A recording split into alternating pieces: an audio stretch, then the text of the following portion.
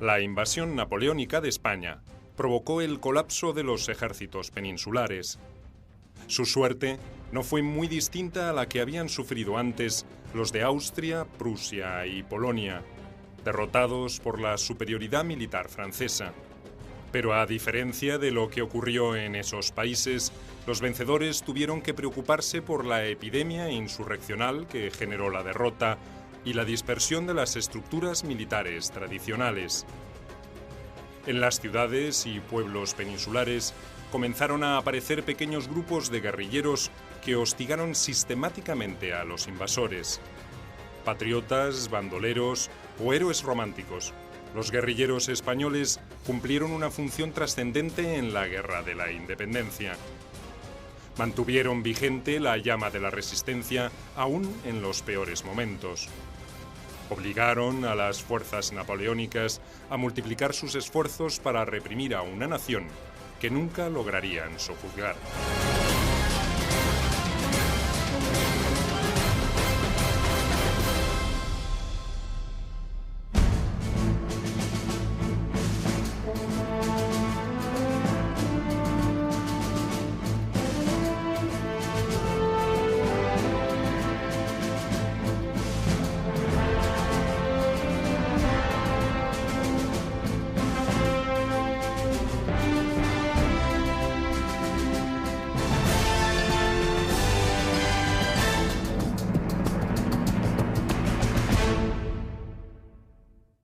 Más de 2.000 muertos franceses, centenares de heridos, 20.000 prisioneros. Estoy asqueado de tanta barbarie, de tanta crueldad.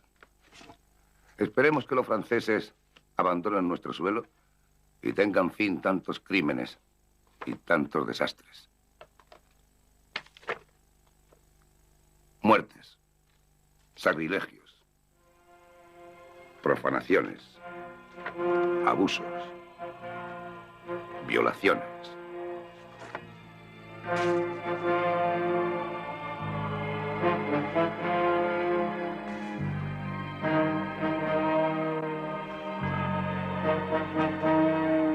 Yo no dejaré de luchar mientras haya un solo soldado francés en nuestro suelo.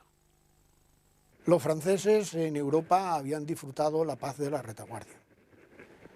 En España no fue así.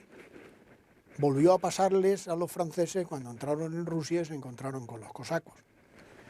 Pero en España les supuso el tener que mantener la seguridad de la retaguardia, el tener que gastar una gran cantidad de efectivos en la protección de las ciudades y en la protección de todo, y distraerlas de otro lado. Y además sufrieron un gran número de bajas en la lucha contra los guerrilleros.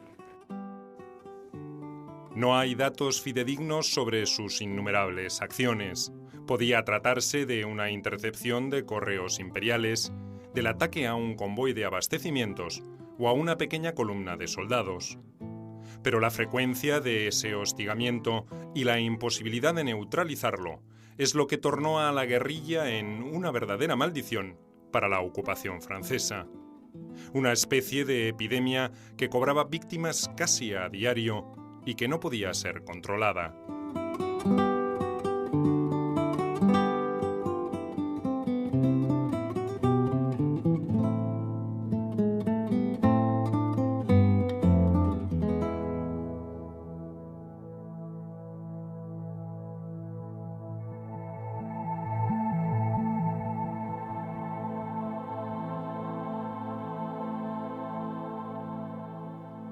La irregularidad con que operaban esos grupos de rebeldes patriotas dificultaba su identificación para los franceses, pero también para la historia.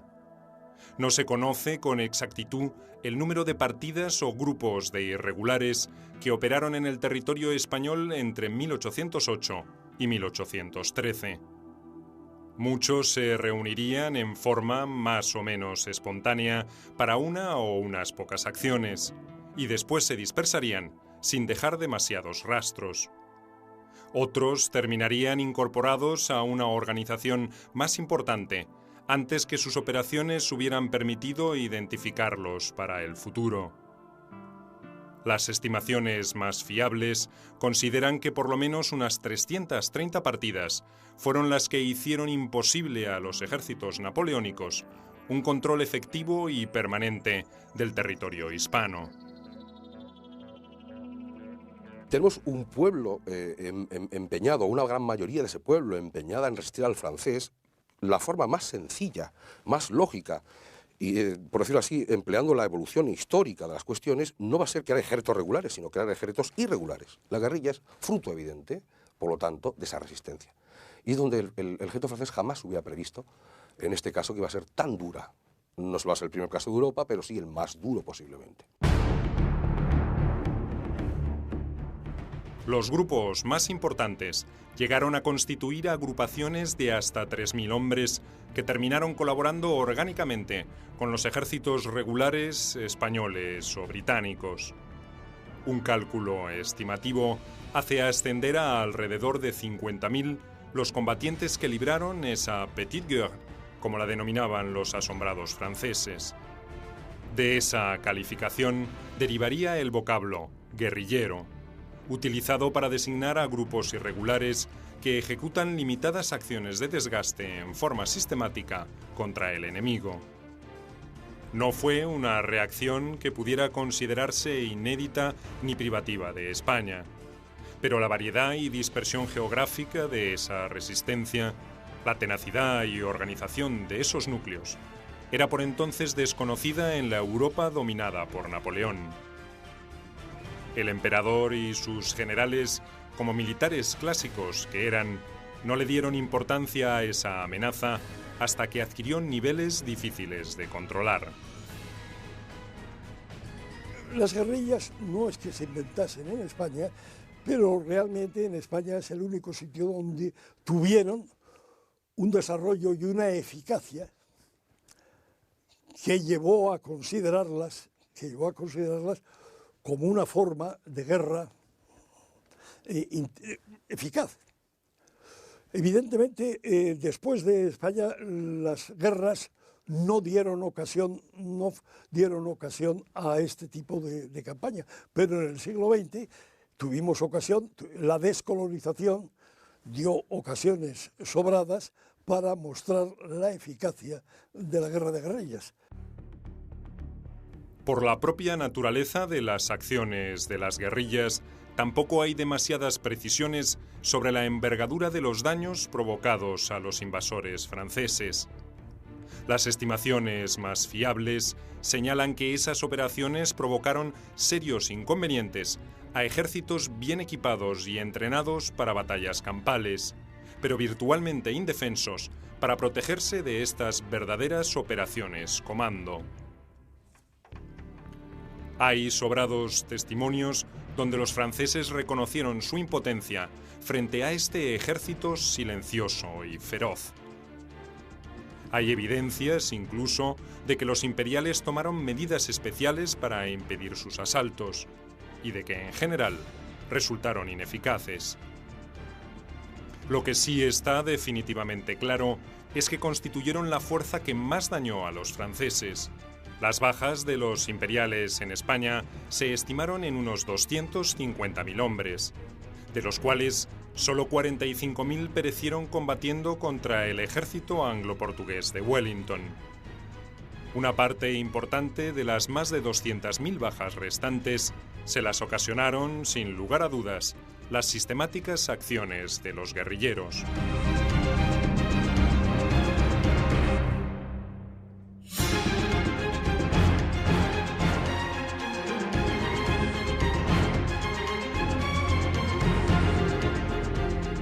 La invasión napoleónica probó las deficiencias de la estructura militar del reino y la escasa idoneidad de muchos de sus jefes, que habían sido elegidos por su origen y su cercanía con el poder antes que por sus cualidades profesionales. Las sucesivas derrotas de los ejércitos regulares de España provocaron desazón e impotencia, pero también generaron un progresivo descrédito para sus mandos. El desprestigio de estos generales fue directamente proporcional con la fama que adquirirían algunos de los comandantes guerrilleros. Verdaderos héroes populares, Francisco Espoz Mina, el cura Jerónimo Merino, Juan Martín Díez el Empecinado o Juan Díaz Porlier Paradójicamente, no eran mirados con buenos ojos por las autoridades de las juntas de las distintas regiones.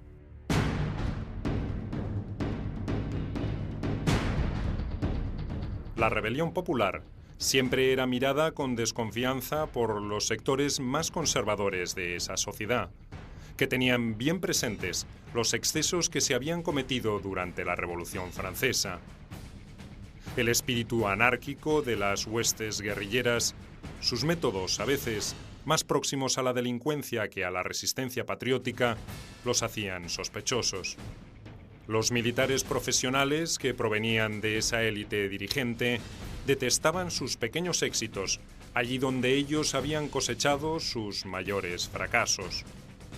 Los percibían siempre como una competencia inusitada e inesperada, como una presencia casi indeseable, pero a veces necesaria. Podemos hablar, por ejemplo, del famoso Juan Martín el Empecinado.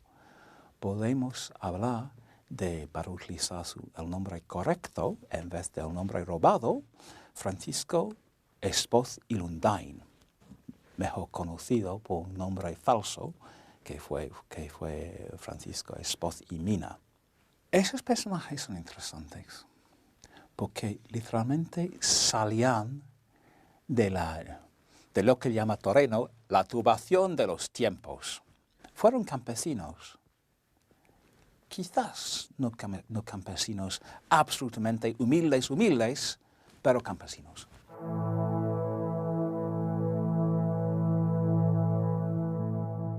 El propio Wellington, que nunca ocultó su escaso aprecio por los militares españoles, hizo causa común con ellos a la hora de mirar con desconfianza a los grupos de partisanos.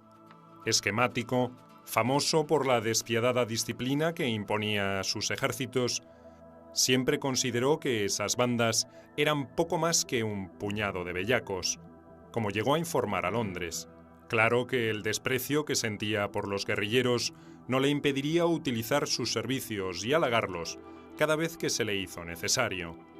Ni los actos heroicos ni la gran contribución realizada durante la Guerra de la Independencia alcanzaría para despojar a estos grupos del recelo que despertaban en las clases aristocráticas de España.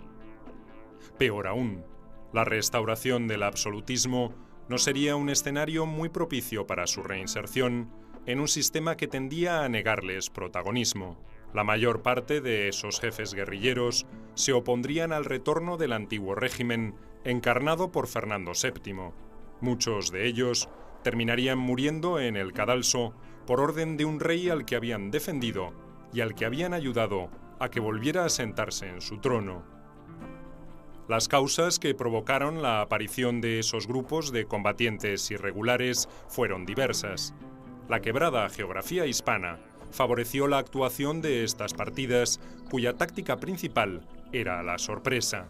También debe considerarse que la larga tradición de rebeldía de los campesinos contra el sistema semifeudal ayudó a su formación. Pero por encima de todo, estaba el indomable espíritu del pueblo español, agredido por esos extranjeros soberbios que a menudo arrasaban sus aldeas en la necesidad de proveerse de víveres para sus campañas. Napoleón había ordenado que sus ejércitos se abastecieran en las tierras conquistadas. Era una práctica común por parte de los conquistadores de esos tiempos, pero España era un país pobre. Sus cosechas a duras penas alcanzaban en algunas regiones para el sustento de su población estable.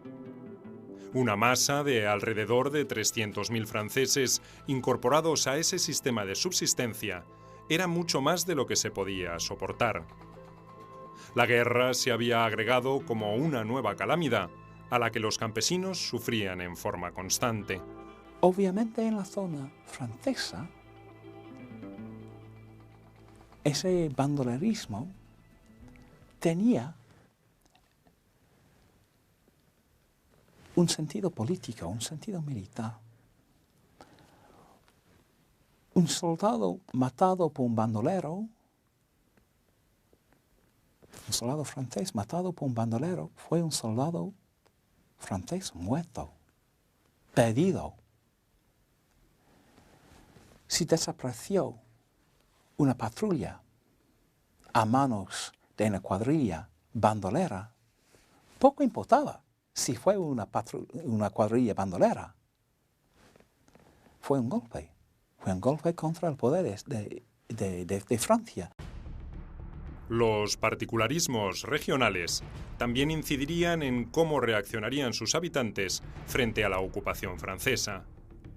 En Galicia, los campesinos no eran los dueños de la tierra, pero estaban acostumbrados a explotarla como propia y hasta pelear por ella contra los intrusos de aldeas vecinas. Su fuerte instinto territorial los hacía rebelarse al enrolamiento en un ejército regular para ir a pelear en otros lugares de España. Pero no vacilarían a sumarse a grupos dispuestos a defender sus aldeas hasta las últimas consecuencias. En Aragón, en cambio, era una multitud de pequeños propietarios celosos de sus posesiones los que estaban motivados para defenderlas a cualquier precio. Son tantos los campesinos que pueden tomar un arma, ya no solo por una causa ideológica, que creo que es, y política, que creo que es lo menos, sino fundamentalmente por el concepto de la cultura de la muerte, que se habla muy poco de esto, es decir, los muertos llaman a los vivos a la defensa, por la cultura incluso de la venganza, que se aplastase o no una partida entera, surgiría otra tarde o temprano por el efecto acción-reacción. Esto los franceses no lo pueden hacer, pues son fuerzas limitadas.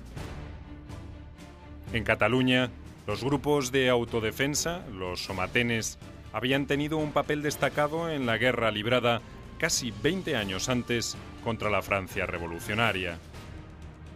En esa oportunidad, el fracaso de los ejércitos profesionales había obligado a los catalanes a crear sus propias milicias para defender sus propiedades y sus vidas.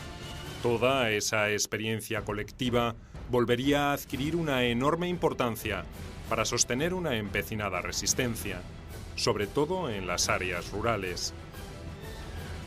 En Castilla, donde la ocupación francesa se hizo más permanente, la intensidad de las operaciones de los irregulares obligó a adoptar medidas excepcionales. Custodiar mejor los correos, codificar los mensajes y aumentar la protección de los convoyes de armas y provisiones fueron algunas de las previsiones a las que obligaron las guerrillas. Cada una de estas decisiones tenía su costo. El más notorio, el de afectar cada vez más soldados a tareas de prevención, debilitando a las unidades de batalla.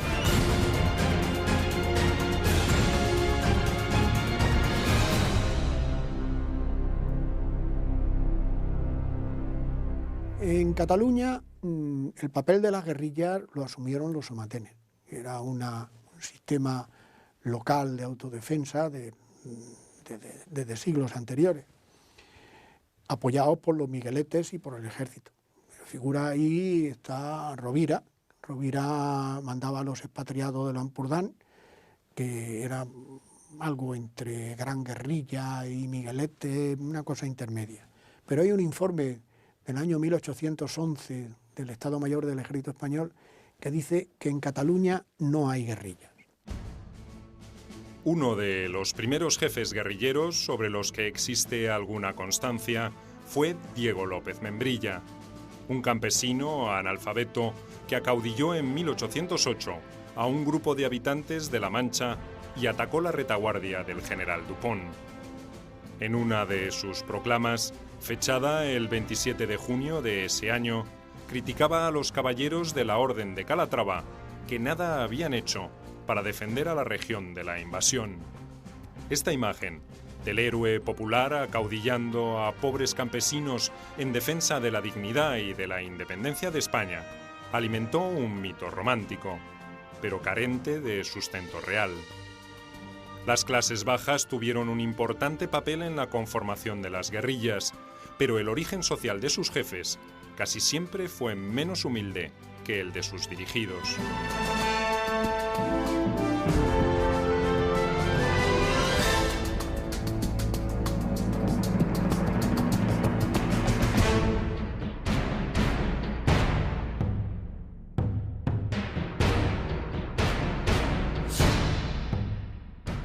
Así, por ejemplo, Otro tempranero líder partisano fue el fraile vasco Juan Mendieta, conocido como el Capuchino, por la orden religiosa a la que pertenecía.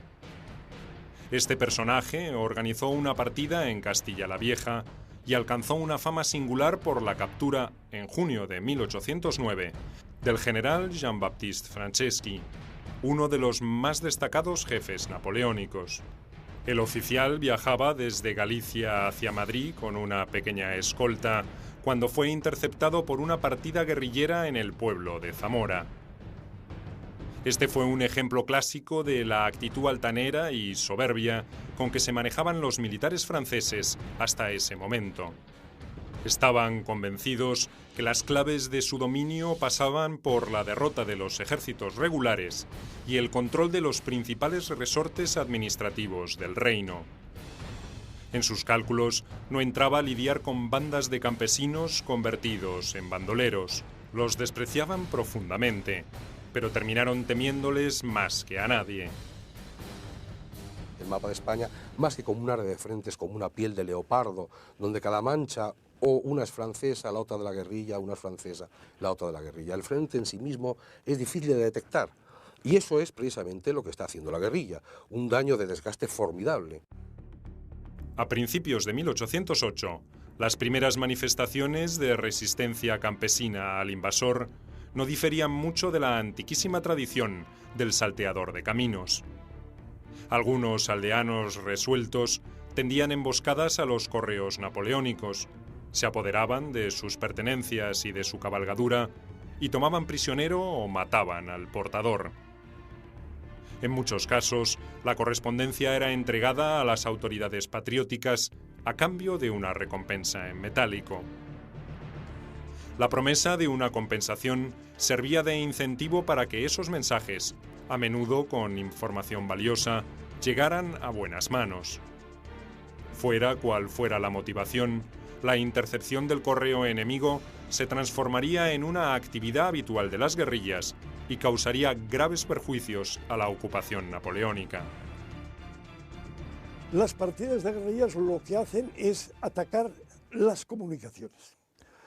Tropas que van, tropas que vienen, convoyes de correos. Son atacados siempre que son menos que los de la partida. Son atacados por sorpresa, se libra un combate muy rápido en el cual o triunfan o abandonan y se apropian de lo que llevan los soldados. Sobre todo se apropian, supongo que de las cosas de valor, pero se apropian sistemáticamente del correo. Montar operativos para fines tan modestos como el de capturar un correo solitario podía ser el primer escalón de una carrera brillante. Ese fue el caso de Juan Martín Díez, un pequeño propietario de Burgos y antiguo cabo del ejército español.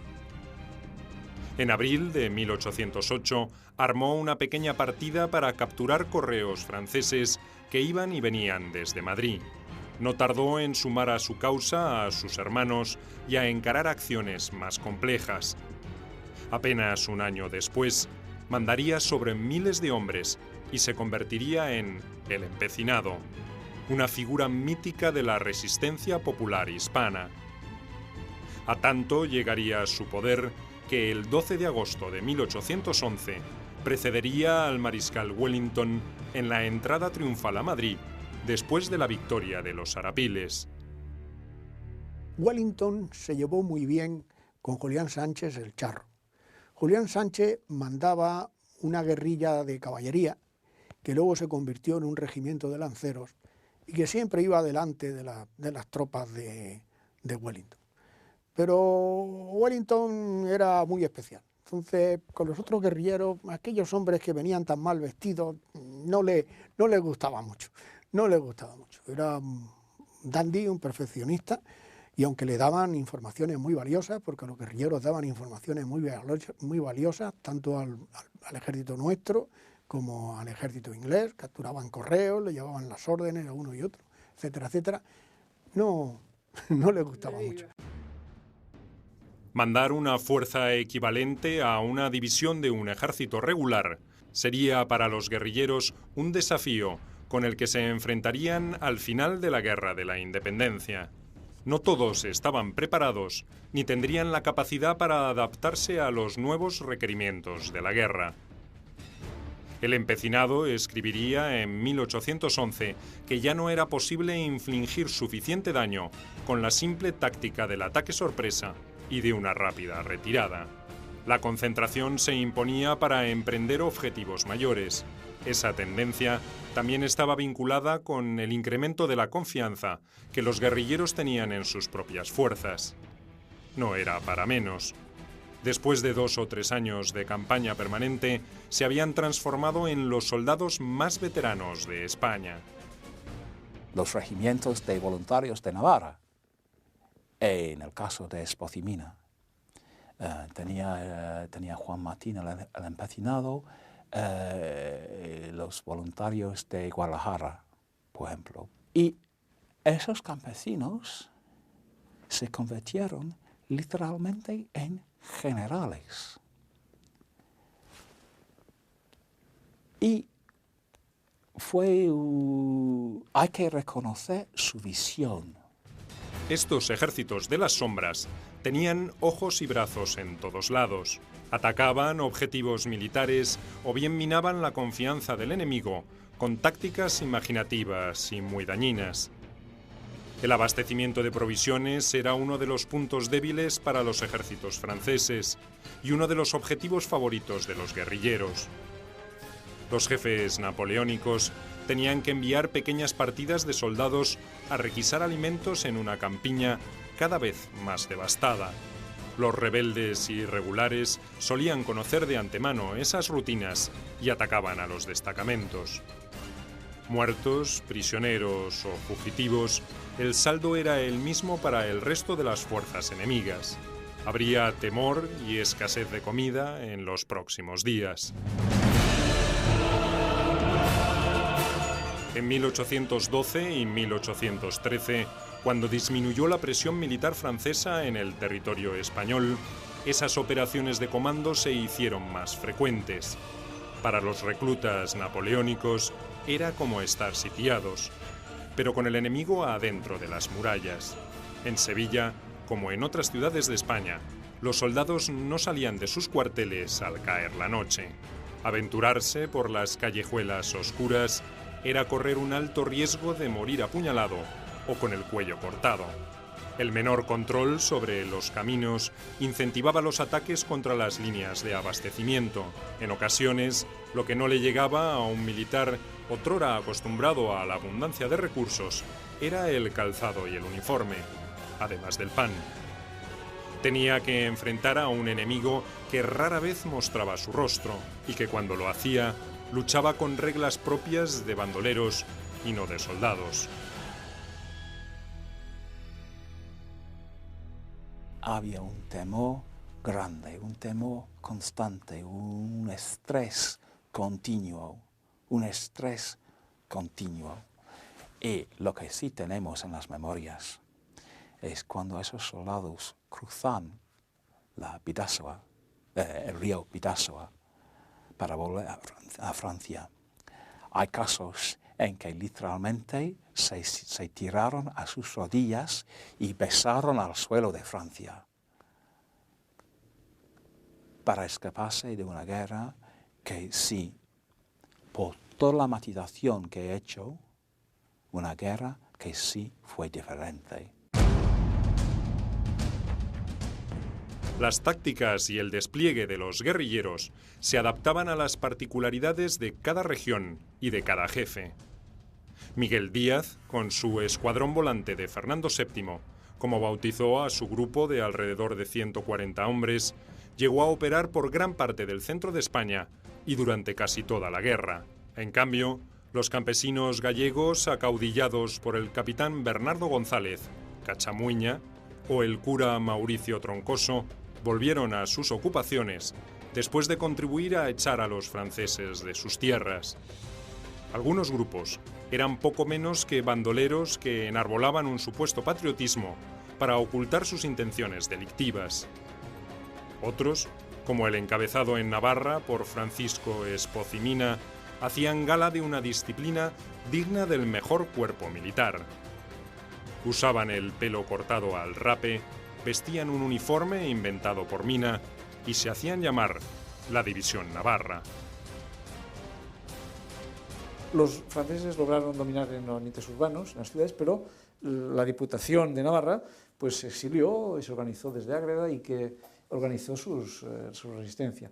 Y en los decretos de 1810 pues, también pues, anulaban todas sus diríamos, organizaciones tradicionales, las instituciones, desde el Virrey, el Consejo Real, el Tribunal Supremo, la Diputación y la Cámara de Cómputos, y por tanto iba en contra de sus principios, y donde hubo una gran resistencia importante. Ahí el núcleo guerrillero fue realmente importantísimo, ¿no? Llegaron a tener hasta más de 11.000 hombres armados, ¿no? Espozimina fue uno de los grandes diríamos, temidos por los ejércitos napoleónicos. La División Navarra se hizo famosa por sus numerosas hazañas, alcanzadas gracias a su notable espíritu de cuerpo y de disciplina. Era una verdadera brigada ligera antes que un simple grupo guerrillero. Espozimina había entrenado a sus hombres para encarar maniobras tan complejas como la de realizar una sola descarga de fusilería antes de lanzarse contra el enemigo, blandiendo bayonetas o espadas. Ese tipo de cargas tenía una efectividad notable, incluso frente a los disciplinados cuadros franceses. Hemos de vencer, vencer rápido y con pocas pérdidas. Ese era su lema para el combate, y lo cumplía a rajatabla. El uso de uniformes o distintivos, como los de la División Navarra, respondía también a la necesidad de las guerrillas de recibir algún tipo de reconocimiento oficial por parte de los españoles y los franceses. La Junta Suprema se resistió bastante antes de conceder una categoría distintiva a estos combatientes irregulares. Las autoridades patriotas llegaron a pretender subordinarlos al mando del ejército regular, aunque aceptando su independencia de movimientos.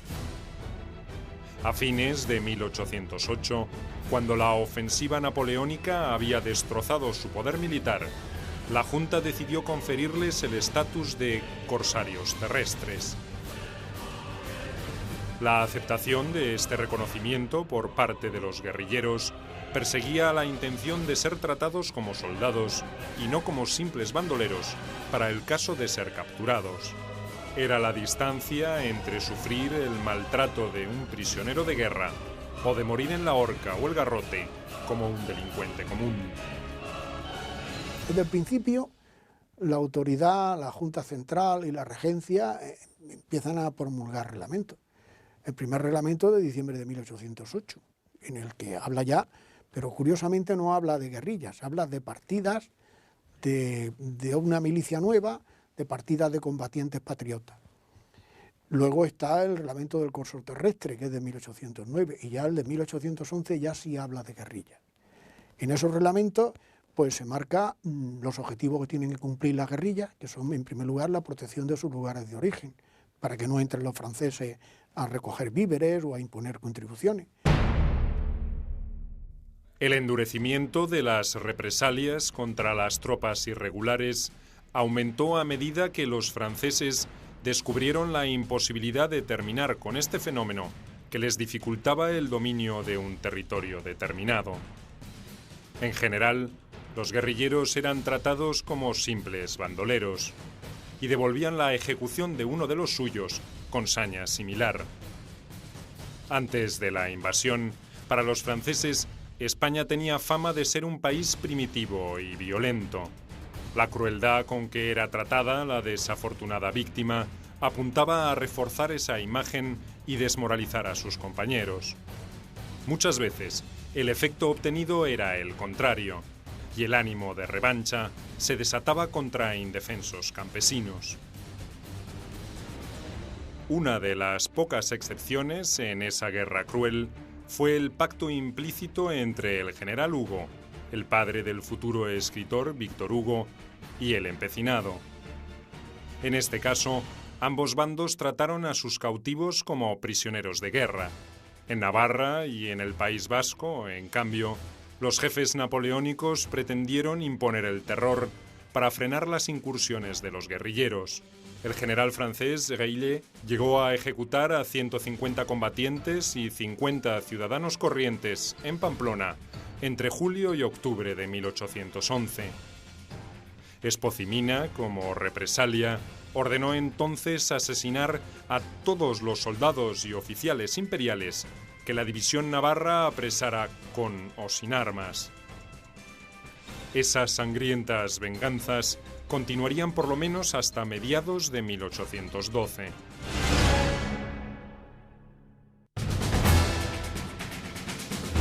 Los mitos creados en torno a estos líderes guerrilleros suelen describirlos como simples campesinos, a menudo analfabetos, luchando abnegadamente por su patria chica o por la liberación de España. La verdad es que esta imagen está más emparentada con la leyenda romántica que con la realidad. El mayor porcentaje de los jefes de los grupos guerrilleros responde a la categoría de pequeños propietarios o trabajadores rurales con dominio sobre sus tierras. Es el caso de El Empecinado o de Espozimina. Le siguen los representantes de algunos de los sectores más privilegiados del reino: clero, ejército o profesiones liberales. El cura Merino, el capuchino, Juan Díaz Porlier o Juan Palarea, el médico, encarnan alguna de estas características. Casi todos tenían una previa experiencia de mando en el mundo civil o en el militar. Las mujeres, aunque como excepción, también solían integrar esas partidas. Francisca de la Puerta, Catalana Martín, Francisca de Ipiñázar o Dominica Ruiz fueron algunas de las más conocidas. La baraja ideológica de los guerrilleros es muy amplia, con dos grandes arquetipos en la polarización ideológica de los guerrilleros. Por una parte está el Espozimina y el Empecinado como representantes de la España liberal, al lado o frente a estos guerrilleros que a la postre serán liberales. Tenemos ejemplos de guerrilleros reaccionarios, como el ejemplo más evidente es el cura Merino, que es la representación del hombre que luego va a apostar por Fernando VII y por los sectores más reaccionarios del antiguo régimen.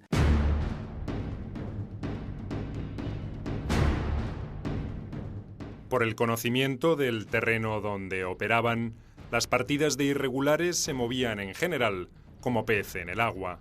Solían tener adhesión plena de los pobladores de aldeas y ciudades, que les servían además como sus ojos y oídos, delatando todos los movimientos de los franceses.